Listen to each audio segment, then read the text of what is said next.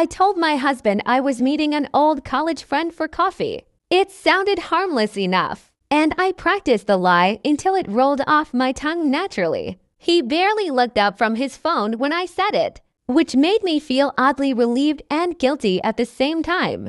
In truth, I was going to dinner with Mark, a coworker who had slowly crossed lines I should have defended. Late messages had turned into inside jokes, and jokes into something dangerously emotional. I convinced myself it wasn't cheating because nothing physical had happened yet. The restaurant was warm and softly lit, the kind of place meant for long conversations and shared secrets. When Mark arrived, we smiled a little too much at each other. I told myself this was just one evening, just one mistake. As we talked, I found myself laughing freely in a way I hadn't in months at home. Mark listened, really listened, and that made the lie feel justified in my mind. I ignored the small knot of anxiety tightening in my chest. Then the door opened again. At first, I didn't recognize him. My husband stood there scanning the room, his eyes moving from table to table. When they landed on me, the color drained from his face. Time seemed to freeze.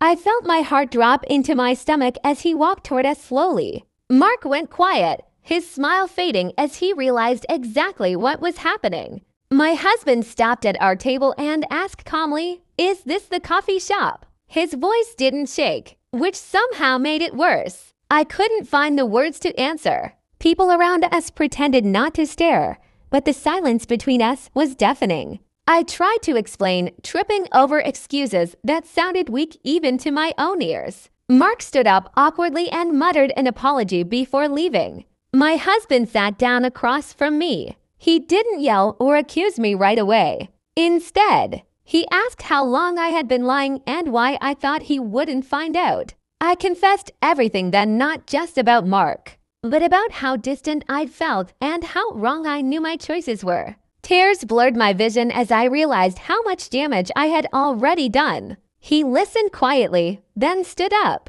He said trust doesn't break loudly. It breaks in moments like this, in restaurants filled with strangers. Before leaving, he told me we would talk later, but nothing would ever feel the same again. I sat there alone long after he was gone, the untouched food growing cold. That night, I learned that even lies meant to protect yourself can lead you straight into the truth you were most afraid to face.